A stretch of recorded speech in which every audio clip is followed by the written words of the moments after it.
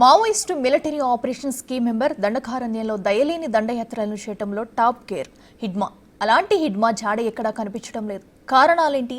ఒకానొక రోజుల్లో తనదైన మిలిటరీ ఆపరేషన్స్ ద్వారా భద్రతా బలగాల గుండెల్లో బాంబులు పేల్చిన హిడ్మా ప్రస్తుతం ఎక్కడ ఉన్నాడు? ఏమైపోయాడు? పార్టీ ఆయన్ను కావాలని పక్కన పెట్టిందా, లేక ఆయనే తప్పుకున్నాడా? ఇప్పుడు ఆ బాధ్యతలను ఎవరికి అప్పగించారు?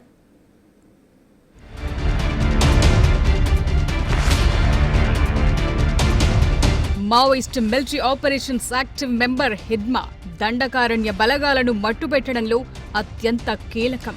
కవ్వింపు చర్యలకు పాల్పడి మరీ కూంబింగ్ నిర్వహిస్తోన్న దళాలను హతమార్చడంలో హిడ్మా ఎక్స్పర్ట్. 2010లో కేంద్ర రిజర్వ్ బలగాలు ప్రయాణిస్తోన్న మైన్ ప్రూఫ్ వాహనాన్ని పేల్చి 76 మందిని చంపిన ఘటనలో వెలుగులోకొచ్చాడు హిడ్మా. ఒక రకంగా చెప్పాలంటే హిడ్మా దండకారణ్యంలోనే మావోయిస్టు బాహుబలి. క్రాంతికారి జనతన్ సర్కార్ ఏర్పాటు తరువాత మావోయిస్టు పార్టీకి దండకారణ్య ఆదివాసీలు పెద్ద ఎత్తున సహకరించారు, ఆదరించారు. వీరి ఆదరణ పొందిన వారిలో టాప్ ప్లేస్లో నిలిచాడు హిడ్మా.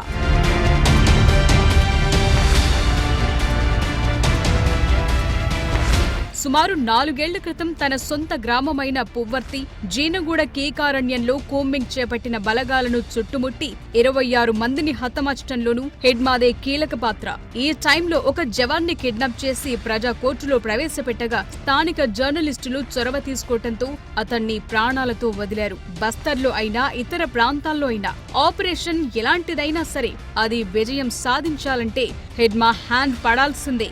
మావోయిస్టు పార్టీ బాల సంఘంలో చేరి అంచెలంచెలుగా ఎదిగి టాప్ ప్లేస్ లో చేరాడు హిడ్మా. అయితే కొంతకాలంగా హిడ్మా పేరు వినిపించడం లేదు. ఇటీవల కులార్హి ఎదురు కాల్పుల్లో కేంద్ర కమిటీ సభ్యుడు ఒడిశా ఇన్ఛార్జ్ రామచంద్రారెడ్డి ఎలియాస్ చలపతి మరణించడంతో మరోమారు హిడ్మా పేరు తెరపైకొచ్చింది.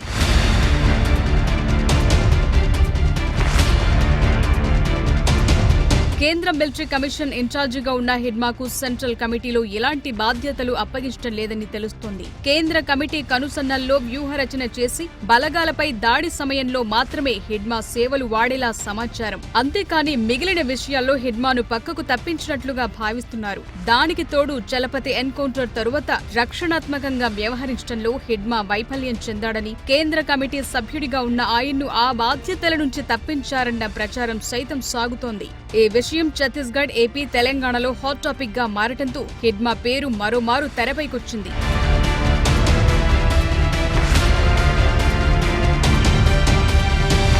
ఒడిశా, ఛత్తీస్గఢ్ సరిహద్దుల్లోని గరియాబంద్ జిల్లాలో జరిగిన ఎన్కౌంటర్లో హిడ్మా సరైన వ్యూహం రచించలేకపోయాడని, ఈ కారణంగానే చలపతి లాంటి కీలక నేతను పార్టీ కోల్పోవాల్సొచ్చిందన్న వాదనలు తెరపైకొచ్చాయి. కేంద్ర కమిటీ ఈ విషయంలో హిడ్మాను దోషిగా ప్రకటించి బాధ్యతల నుంచి తప్పించిందని, కేంద్ర కమిటీలో ఆయన్ను దాదాపు పక్కన పెట్టేసినట్టుగా ప్రచారం బలంగా జరుగుతోంది. అయితే హిడ్మా స్థానాన్ని భర్తీ చేసేందుకు దేవ్ కు కమిటీ బాధ్యతలను అప్పగించినట్టుగా తెలుస్తోంది. హిడ్మా వారసుడిగా ఉన్న దేవ్ ఆడపల్లి బ్లాస్టింగ్ కి, బలగాలపై దాడులు చేయటం వంటి కార్యకలాపాలపై పాల్గొన్నట్టుగా తెలుస్తోంది. ఇవన్నీ కాదు, హిడ్మా గత కొంతకాలంగా అనారోగ్యంతో బాధపడుతుండటంతో చికిత్స కోసం ఆయన్ను రహస్య ప్రాంతంలో షెల్టర్ తీసుకోవాలని సీసీ కమిటీ సూచించినట్టుగా అంచనా వేస్తున్నారు కొందరు.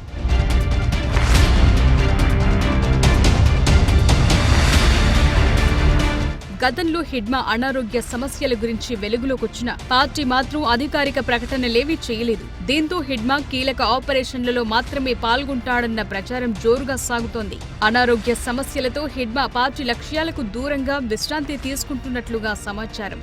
అయితే జీనగూడ ఘటనలో భద్రతా దళాల హిట్ లిస్టులో హిడ్మాను చేర్చినట్టుగా సమాచారం. దాంతో హిడ్మా బలగాలకు చిక్కటం మంచిది కాదన్న ఆలోచనతో పాటు అనారోగ్య సమస్యలు కూడా చుట్టుముట్టడంతో సుమారు 3 ఏళ్ల పాటు హిడ్మాను అండర్ గ్రౌండ్ లో ఉంచినట్టు చెప్తున్నారు.